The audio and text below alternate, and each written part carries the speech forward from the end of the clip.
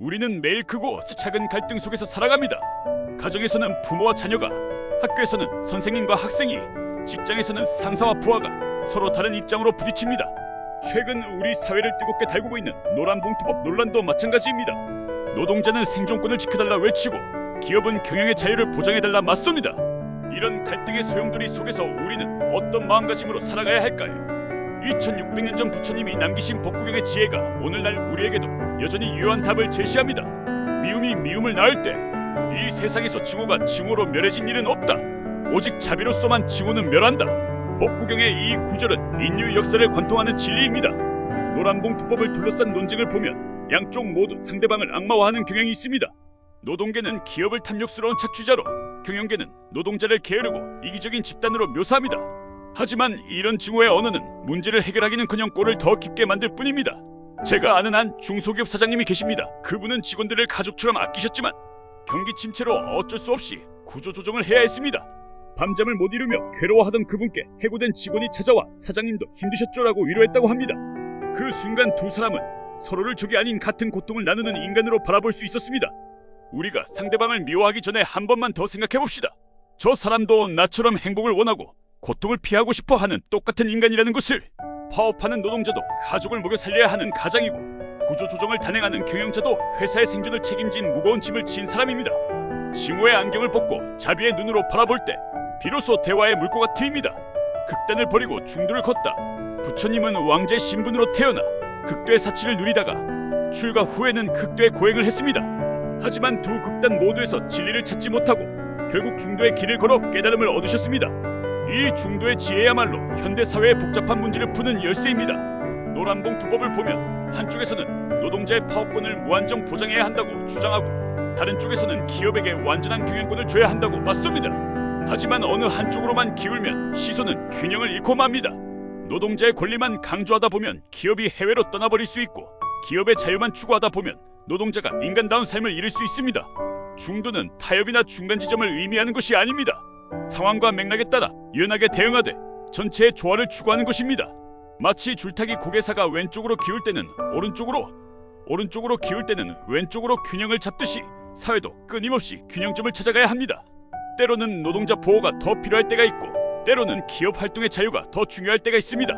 중요한 것은 한쪽의 목소리만 듣는 것이 아니라 전체를 보는 지혜입니다. 말 한마디가 천냥 빚을 갚는다. 악한 말을 하지 말라. 욕설은 고통을 낳는다. 화내는 말은 되돌아와 자신을 해친다. 요즘 인터넷 댓글을 보면 가슴이 답답해집니다. 노란봉투법 관련 기사만 나와도 서로를 향한 욕설과 비난이 난무합니다. 빨갱이, 자본의 개 같은 극단적인 표현들이 아무렇지 않게 오갑니다. 하지만 이런 말들이 문제를 해결하는 데 도움이 될까요? 한 초등학교 교실에서 있었던 일입니다. 두 아이가 싸우고 있었는데 선생님이 서로 좋은 점을 3가지씩 말해보라고 했습니다. 처음엔 어색해하던 아이들이 억지로라도 상대의 장점을 찾아 말하자 신기하게도 화가 누그러지고 화해하게 되었습니다. 말의 힘이란 이토록 놀랍습니다. 사회적 갈등도 마찬가지입니다. 당신들 때문에 나라가 망한다는 말보다 당신들의 어려움을 이해합니다만으로 시작하는 대화가 훨씬 생산적입니다. 상대를 인정하고 존중하는 말 한마디가 꽉 막힌 협상의 문을 열 수 있습니다. 우리 속담에 말 한마디로 천냥 빚을 갚는다는 말이 있듯이 따뜻하고 지혜로운 말은 갈등을 푸는 황금 열쇠가 됩니다. 나부터 시작하는 변화. 자신의 행위가 자신을 더럽히고 자신을 깨끗하게 한다. 깨끗함과 더러움은 각자가 스스로 짓는 것이다. 우리는 흔히 법만 바꾸면, 제도만 개선하면 모든 것이 해결될 거라 생각합니다. 하지만 아무리 좋은 법도 그것을 운영하는 사람의 마음이 바르지 않으면 악법이 되고, 아무리 나쁜 제도도 선한 사람들이 운영하면 좋은 결과를 낳을 수 있습니다. 한 대기업에서 실제 있었던 일입니다. 노사 갈등이 극에 달했을 때 한 임원이 파업 중인 노동자들에게 직접 김밥을 만들어 나눠주었습니다. 처음엔 의심하던 노동자들도 그 진심을 느끼고 대화의 테이블에 앉게 되었습니다. 법이나 제도가 바뀐 것은 없었지만 한 사람의 진정성 있는 행동이 얼어붙은 관계를 녹인 것입니다. 노란봉투법이 통과되든 안 되든 더 중요한 것은 우리 각자의 마음가짐과 행동입니다. 경영자는 노동자를 단순한 비용이 아닌 함께 가는 동반자로, 노동자는 회사를 착취의 대상이 아닌 함께 키워가는 터전으로 바라볼 때 어떤 법이든 좋은 방향으로 작동할 것입니다. 인내의 미학, 인내는 최고의 수행이다. 진리를 아는 자는 분노하지 않는다. 현대 사회는 모든 것을 빨리빨리 해결하려 합니다. 갈등이 생기면 당장 승부를 가리려 하고, 문제가 발생하면 즉각적인 해법을 요구합니다. 하지만 깊은 사회적 갈등일수록 시간과 인내가 필요합니다. 독일의 노사 관계를 보십시오.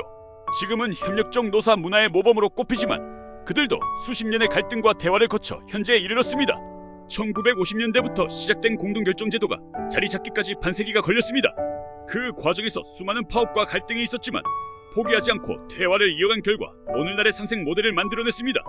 우리도 조급해하지 말아야 합니다. 노란 봉투법 하나로 모든 노사 문제가 해결되거나 망하지 않습니다. 중요한 것은 지속적인 대화와 점진적인 개선입니다. 물이 바위를 뚫는 것은 힘이 세서가 아니라 끊임없이 떨어지기 때문입니다. 인내를 가지고 한 걸음씩 나아가다 보면 언젠가는 우리도 성숙한 노사 문화를 만들 수 있을 것입니다. 함께 만드는 미래. 법구경에는 모든 존재는 행복을 원한다는 구절이 있습니다. 노동자도, 경영자도, 정치인도, 시민도 모두 행복을 추구하는 같은 인간입니다. 다만 행복에 이르는 길에 대한 생각이 다를 뿐입니다. 한 현명한 왕이 신하들에게 물었습니다. 코끼리가 어떻게 생겼는가?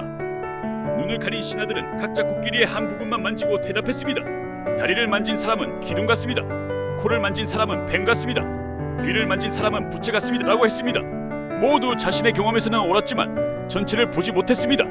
우리 사회의 갈등도 마찬가지입니다. 각자의 입장에서는 모두 일리가 있습니다. 노동자의 고충도 타당하고 기업의 어려움도 이해됩니다. 문제는 자신의 관점만 옳다고 고집할 때 발생합니다. 눈가리개를 벗고 전체 코끼리를 보려 노력할 때 비로소 진정한 해법이 보입니다. 오늘 여기서 시작하는 실천. 이제 우리는 무엇을 해야 할까? 거창한 것이 아닙니다. 오늘 내가 만나는 사람에게 따뜻한 말 한마디를 건네는 것부터 시작하면 됩니다. 직장 동료에게 수고하셨습니다라고 인사하고 상사에게도 배려해 주셔서 감사합니다라고 표현하는 것입니다. SNS에 댓글을 달 때도 한 번 더 생각해 봅시다. 내 글이 누군가에게 상처가 되지는 않을까? 갈등을 부추기기보다 화해를 돕는 글을 쓸 수는 없을까? 작은 실천이 모여 큰 변화를 만듭니다. 노란봉투법은 단순한 법 조항이 아니라 우리 사회가 함께 풀어가야 할 숙제입니다. 이 숙제를 풀면서 우리는 더 성숙한 사회로 나아갈 수 있습니다. 법구경의 지혜를 마음에 새기고 증오 대신 자비를, 극단 대신 중도를, 비난 대신 대화를, 조급함 대신 인내를 선택한다면 갈등은 오히려 성장의 기회가 될 것입니다. 2600년 전 부처님의 가르침이 오늘날에도 여전히 유효한 이유는 그것이 시대를 초월한 인간 본성에 대한 통찰이기 때문입니다. 기술은 발전하고 사회는 변해도 행복을 추구하고 고통을 피하려는 인간의 마음은 변하지 않습니다. 그래서 우리는 여전히 고전에서 지혜를 구하고 그 지혜로 현재의 문제를 풀어갑니다. 마지막으로 법구경의 한 구절을 더 소개하며 글을 맺고자 합니다. 한 송이 꽃의 향기는 바람을 거슬러 가지 못하지만 선한 사람의 향기는 바람을 거슬러 사방에 퍼진다. 우리 각자가 자비와 지혜의 향기를 퍼뜨린다면 그 향기는 바람을 타고 온 사회에 퍼져나갈 것입니다. 갈등과 분열의 시대에 우리 모두가 화합과 평화의 향기가 되기를 바랍니다.